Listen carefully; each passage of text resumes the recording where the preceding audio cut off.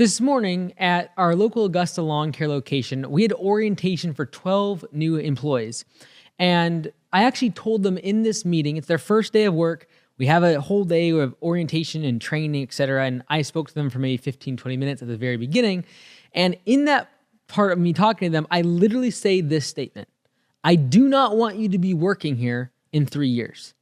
And you say, why in the world would you say that? The whole goal of hiring is to retain employees and keep them for a long time and keep them happy and see them grow and have a family. And hopefully they stay with you for 10 or 15 or 20, build their whole career with you.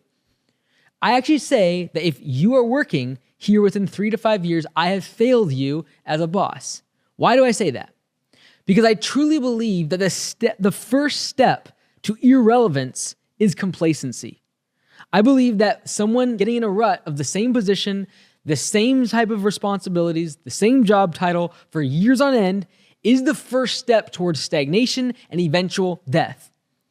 Now, you say, well, why is it so dramatic? Why would you say that to frontline employees? Because these are workers. These are out in the field, frontline staff that mow lawns, install mulch, trim bushes. Why would I say that to these employees that are going to be working hard and telling them, hey, I don't want you to be here in 3 years?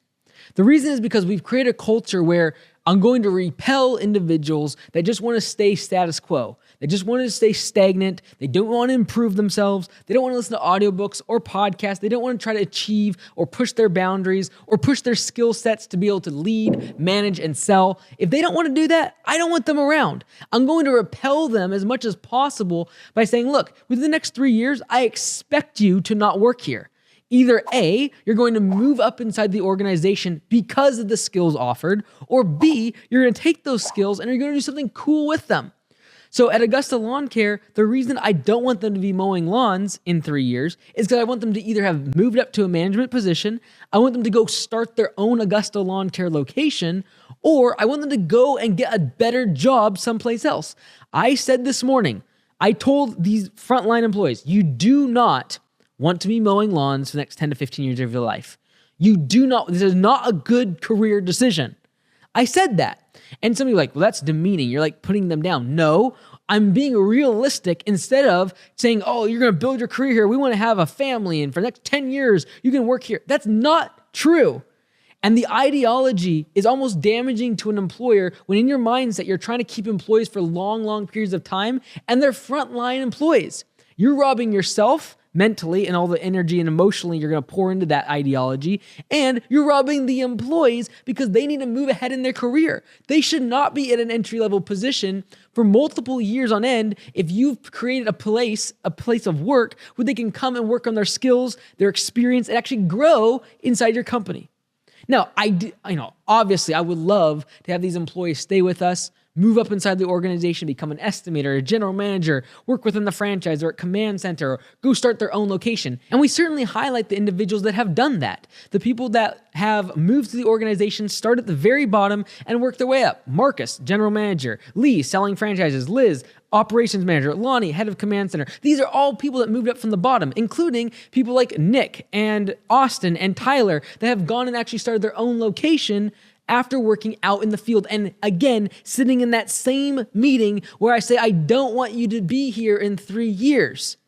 If you were actually honest with your employees about this, instead of selling yourself and them on the idea that they're going to be at an entry-level position for 5 or 10 years, you'd save yourself a lot of headache and you'd set them up to expect that they're going to get skills, experience, and the things required to get them to the next level of their career. The human body as an organism is constantly growing and evolving and changing. And the only time it stops doing that is the day of death. And so until somebody says, well, I don't consume podcasts, I don't try to improve, I'm happy in this position, I don't need to improve my skills, I don't want to learn about selling, or I don't want to learn about financials or marketing, that stage of decline starts right there. That is the date of death when as professionals, as employees, they begin to get into the state of stagnation and complacency and not pushing themselves anymore, not growing. An organism that is not growing is not constantly eating, consuming data, information, knowledge, education. That individual that in their physiology does not consume food and is constantly growing, shedding new cells, growing new cells, if that's not happening, they die. The same thing is true in business, your employees, and for your business. Because the day that your business becomes stagnant, the day that you become complacent as an owner, not content. I love contentment. That is the goal, and in my opinion, the standard of success. But complacency is extremely different than contentment. I can be content, but yet every single day show up to work wanting what's better for my employees, better for the business, and trying to constantly change, improve, and grow. Now, this is not only for the employees at frontline level positions. For the franchisees at Augusta Lawn Care, we also are pushing them to think about the next stage of their wealth journey. And we actually have the 7 steps of the wealth journey inside of Augusta Nation. Why?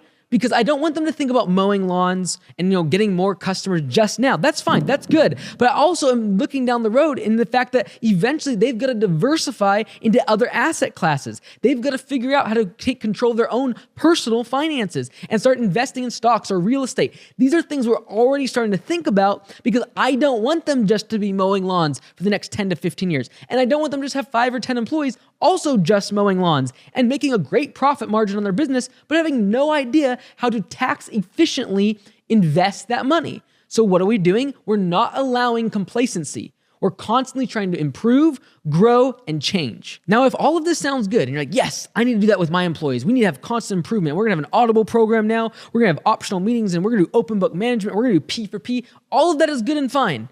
But if you as an owner cannot look yourself in the mirror and do the same exact thing and hold yourself to that standard, you cannot expect them to be listening to audiobooks and listen to podcasts and improving themselves and trying to hone their skills of selling and honing their skills of business if you yourself cannot hold yourself to that same standard. I believe that up and down the chain of command, there must be a sense of urgency and commitment, as well as holding each other accountable to making ourselves better. I expect those employees to become better, get more skills, get the experience, and move up in their career. They should in turn expect their managers, and those managers should expect myself to hold that in front as the standard bearer of what leadership really is truly leading out in front of your employees what you expect of them. And if I expect them to not be in the same position in 3 to 5 years, that means that I too cannot expect myself to stay stagnant in what I know, what I've learned, and what I've always thought is right in the next 3 to 5 years. I've got to constantly be challenging myself, learning myself, and constantly adapting and growing. Because the stages of death are as follows. Stagnation leads to complacency, which leads to irrelevance, which leads to death. It happens in every business, every organism, and every organization. And I encourage you to push against that status quo. And you might be thinking, well, you must treat your employees great and everything's just hunky-dory.